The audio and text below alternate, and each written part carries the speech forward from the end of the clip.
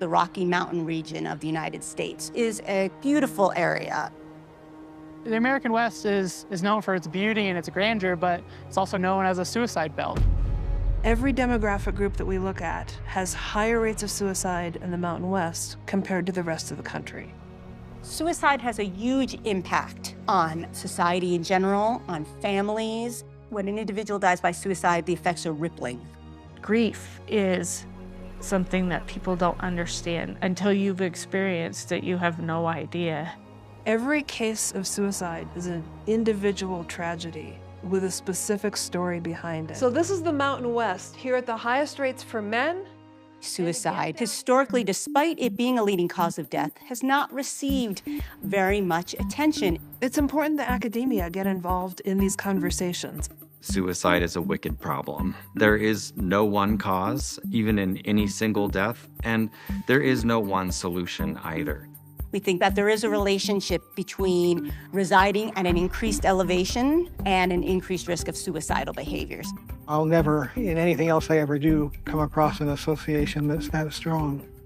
When you start looking at hundreds of cases of suicide, we can start looking at patterns. It's really important for us to continue to do scientific research about this problem into treatments that will work for people. That's the goal. Trying to understand why the suicide rate is so high in the Mountain West is a really complex question. It's going to end up being a multifaceted answer.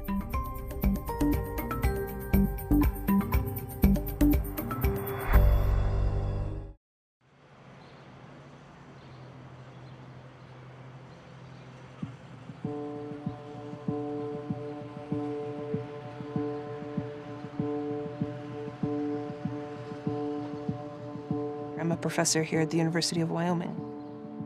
My research focuses on self-injurious behavior, broadly defined.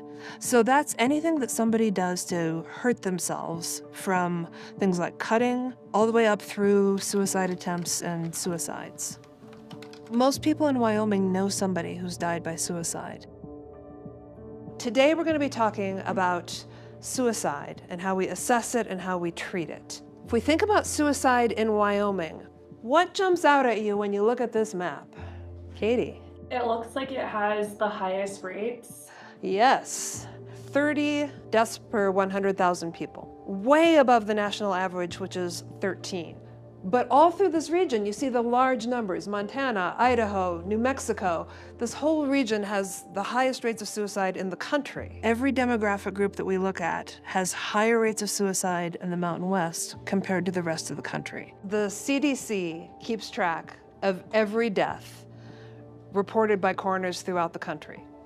We are always this gray bar. If you can't tell which one it is, it's always the tall one.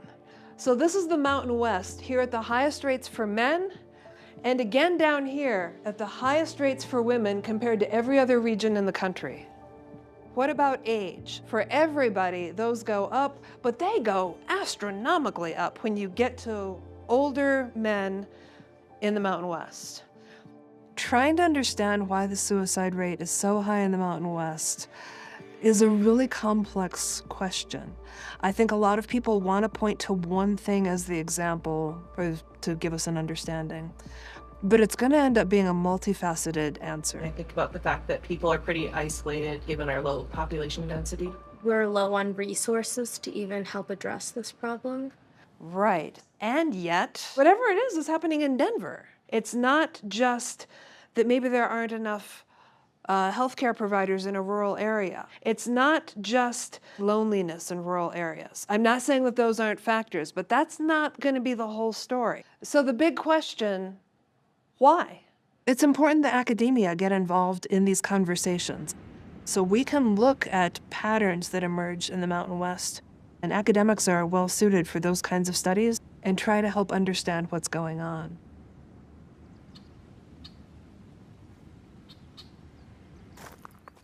There's something we call sort of the paradox of happiness in the Intermountain West, which is that although rates of suicide seem to be higher here, people often report a much higher quality of life.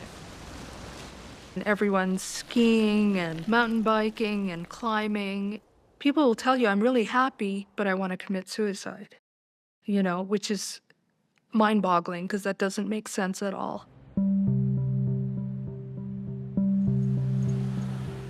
My area of primary research interest is how the brain chemistry is altered in people with mood and anxiety disorders. And in 2008, began studying these changes in brain chemistry that might underlie the emergence of suicidal symptoms. Are we missing the boat in terms of some things we could be doing to improve outcomes? We have benefited enormously from collaborations that we have from colleagues in different departments. I spend a lot of time thinking about the epidemiology of suicide. Overall, it's the 10th leading cause of death.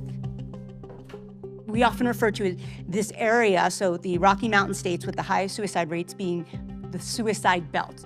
So as a biostatistician and epidemiologist, I look at data. I do a lot of statistical analysis coding. We have a long-standing collaboration with our Office of the Medical Examiner where they make a determination of cause of death. I work for the Utah Office of the Medical Examiner.